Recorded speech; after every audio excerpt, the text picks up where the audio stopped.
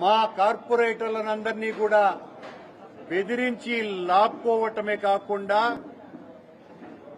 గత 5 రోజులుగా ఎన్నికలు అనౌన్స్ చేసిన తర్వాత మా డిప్యూటీ మేయర్ అభ్యర్థిగా మేము ప్రకటించినటువంటి శేఖర్ రెడ్డి గారి ఆస్తులను విధ్వంసం చేయటంతో మొదలైనటువంటి వీరి పైశాచిక వికృత క్రీడ అమర్నాథ్ రెడ్డి కార్పొరేటర్,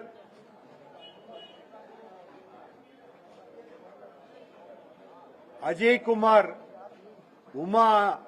మా ఉమా కార్పొరేటర్ వాళ్లకు సంబంధించినటువంటి ఆస్తులు, అమర్నాథ్ రెడ్డి అనేటువంటి మరొక కార్పొరేట్ కు సంబంధించినటువంటి ఆస్తులు ధ్వంసానికి పూనుకోవటం కాకుండా ఇంకా అనేక మంది కార్పొరేటర్లని మీ అంతు చూస్తాం, మిమ్మల్ని చంపేస్తాం, మిమ్మల్ని లేపేస్తాం, ఈ తతంగమే గత 4 రోజులుగా తిరుపతంతా కూడా మారు మోగించేటట్టుగా చేస్తున్నారు. దీనికి ప్రధానమైనటువంటి భూమిక అనగాని సత్యప్రసాద్ అనేటువంటి ఇన్ఛార్జి మంత్రి. ఈ ఇన్ఛార్జి మంత్రి ఒక అరాచక శక్తి అని, అసాంఘిక వ్యక్తి అని సాక్షాత్తు తెలుగుదేశం పార్టీకి ఎంతో మద్దతు పలికినటువంటి ఆంధ్రజ్యోతి పత్రికే పతాక శీర్షికలతో అతన్ని గురించి రాయటం కూడా జరిగింది. ఆ అసాంఘిక శక్తి తిరుపతిలో తిష్టవేసి ఇక్కడున్నటువంటి ఆకు రౌడీలనందరినీ కూడా తెలుగుదేశం జనసేన పార్టీకి సంబంధించిన ఆకు రౌడీలనందరినీ కూడా ఉసికొల్పి మా కార్పొరేటర్ల ఇళ్లకు వెళ్లి వాళ్లను నానా దుర్భాషలాడటమే కాకుండా వాళ్ల మీద దాడులు చేయటమే కాకుండా వాళ్లలో ఎంతో మంది ధైర్యంగా నిలబడ్డారు, కొంతమంది జారిపోయినారు. వీళ్ల భయానికి సాక్షాత్తు మా పార్టీ డిప్యూటీ మేయర్ అభ్యర్థినే వాళ్లు లొంగ తీసుకున్నారు బలవంతంగా. నిన్న రాత్రి మాకు సంబంధించినటువంటి కార్పొరేటర్లందరూ కూడా చిత్తూరులో ఒక హోటల్లో ఉంటే, రిసార్ట్స్ లో ఉంటే రాత్రి 12 గంటలకు తిరుపతికి సంబంధించినటువంటి రౌడీలు ఈ తిరుపతి ఎమ్మెల్యే ఆరణి శ్రీనివాసులు కొడుకు మదనట, అతను అమ్మాయిలు ఆడవాళ్లు అనేది కూడా చూడకుండా ప్రతి రూము తట్టి మీ అంతు చూస్తాం, మీ కథలు చూస్తాం, చాలా అమానవీయంగా వాళ్ల మీద ప్రవర్తించటం అవన్నీ కూడా వీడియోల ద్వారా మొత్తం సభ్య ప్రపంచమంతా కూడా చూసింది. చివరకు అభినయ్ వెళ్లి మా వాళ్లనందరినీ కూడా వాళ్లతో వాగ్వాదం చేసి ఆ రౌడీలతో విడిపించుకొని రావటం జరిగింది. పొద్దున్నే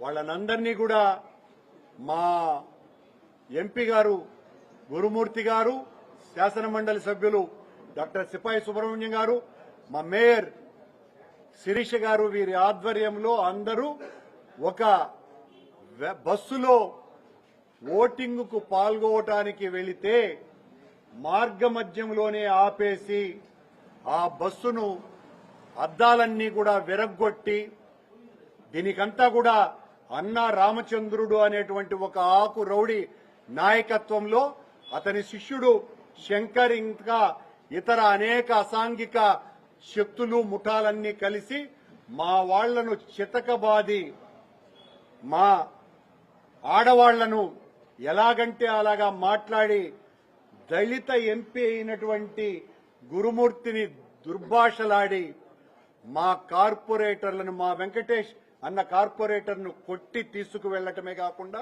మరో 4 కార్పొరేటర్లని 42వ వార్డుకు సంబంధించి 45వ వార్డుకు సంబంధించిన అనీష్, 50 వార్డుకు సంబంధించిన బోకం అనిల్,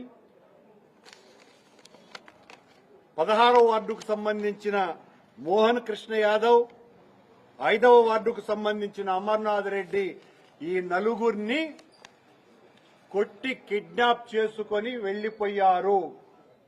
ఇప్పటి వరకు వాళ్ల ఆచూకీ లేదు. వాళ్ళెక్కడున్నారో వాళ్ల ఆనుపానులు ఏమీ తెలియటం లేదు. ఇంత దురాఘాతాలు చేసి అసలు తెలుగుదేశం పార్టీ వాళ్లకు నిజంగా వాళ్ళు చెప్పుకుంటున్నట్టుగా మేమే గెలుస్తాం అని బీరాలు పలుకుతున్నటువంటి వాళ్ళు నిజంగా వాళ్లకు మెజారిటీ ఉంటే ఈ రోజు ఎన్నిక కోరం లేకుండా ఎందుకు వాయిదా పడుతుంది అంటే మీకు మెజారిటీ లేదు కాబట్టి వాయిదా వేసినారు.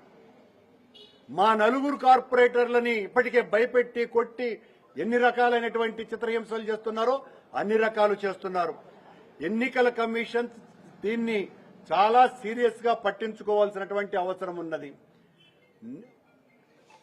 ఎన్నికల రిటర్నింగ్ ఆఫీసర్ గా ఉన్నటువంటి జేసీ గారు ఎన్నికల హాల్లోకి నరసింహ యాదవ్ అనేటువంటి తెలుగుదేశం పార్టీ నాయకుడిని లోపలికి పంపినారు. నేను దీనికి రుజువు కూడా అతను లోపలికి వెళ్తున్నటువంటిది. నేను దీన్ని తిరుపతి ఎస్పీ గారికి హర్షవర్ధన్ రాజు గారికి ఫోన్ చేశాం మార్నింగ్ చేసి, ఎస్పీ గారు ఈ రకంగా తెలుగుదేశం పార్టీకి సంబంధించినటువంటి వ్యక్తి లోపలికి వెళ్లాడు అంటే నేను చూస్తానండి అని చెప్పి ఒక 5 నిమిషాల తర్వాత ఆయన ఫోన్ చేసి నాకు అది ఎన్నికల కమిషన్ వారే ఆయనకు అనుమతి ఇచ్చారటండి, నేనేమి చెయ్యలేను అని సాక్షాత్తు ఎస్పీ గారే నాతో మాట్లాడడం జరిగింది. అంటే ఎన్నికల అధికారిగా ఉన్నటువంటి శుభం బన్సాల్ అనేటువంటి జాయింట్ కలెక్టర్ కి ఎన్నికల నిబంధనలు తెలియవా, లేకపోతే తెలుగుదేశం పార్టీకి అనుకూలంగా వ్యవహరించడానికి ఇంతకంటే నిదర్శన మరొకటి ఉన్నదా? ఇంతకంటే మరొక దారుణం మరొకటి ఉన్నదా? ప్రత్యక్ష సాక్ష్యం నరసింహ యాదవ్ను లోపలికి పంపించింది ఎన్నికల కమిషన్ అని నాతో సాక్షాత్తు ఎస్పీ గారే చెప్పటం జరిగింది. సరే, ఎస్పీ గారికి ఆ తర్వాత నేను ఫోన్ చేసి, అలాగే మా గురుమూర్తి ఎంపీ గారు కూడా ఆయనతో మాట్లాడడం జరిగింది. సార్, ఈ రకంగా మా వాళ్లను కొడుతున్నారు అని అంటే చాలా నింపాదిగా ఆయన నేను వెళ్తున్నానండి అని చెప్పటం జరిగింది. అప్పటికే మా వాళ్లను కొట్టటము, వాళ్లను నలుగురిని కిడ్నాప్ చేయటము, తీసుకెళ్లిపోవటము, వాళ్ల పరిస్థితి ఎక్కడుందో తెలియకపోవటము అన్ని కూడా చూశారు. ఈ నలుగురు కిడ్నాప్ కు గురైనటువంటి వ్యక్తుల్ని తీసుకురావచ్చి రేపు వెంటనే ఈ రోజున హాజరుపరచాల్సినటువంటి బాధ్యత ప్రధానంగా జిల్లా పోలీసు అధికారి అయినటువంటి ఎస్పీ గారి మీద ఉన్నది.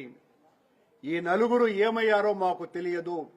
ఈ నలుగురి పరిస్థితి ఆందోళనకరంగా ఉందని వాళ్ల కుటుంబ సభ్యులంతా కూడా పెద్ద ఎత్తున హాహాకారాలతో మా ఇంటికి వచ్చి ఏడుస్తున్నారు. ఇంత దారుణం చేస్తున్నారు అని. అద్దాలు పగలగొట్టినారు, మనుషుల్ని కొట్టినారు, కార్పొరేటర్లని, టీవీ ఛానల్ కు సంబంధించినటువంటి కెమెరాను ధ్వంసం చేసినారు.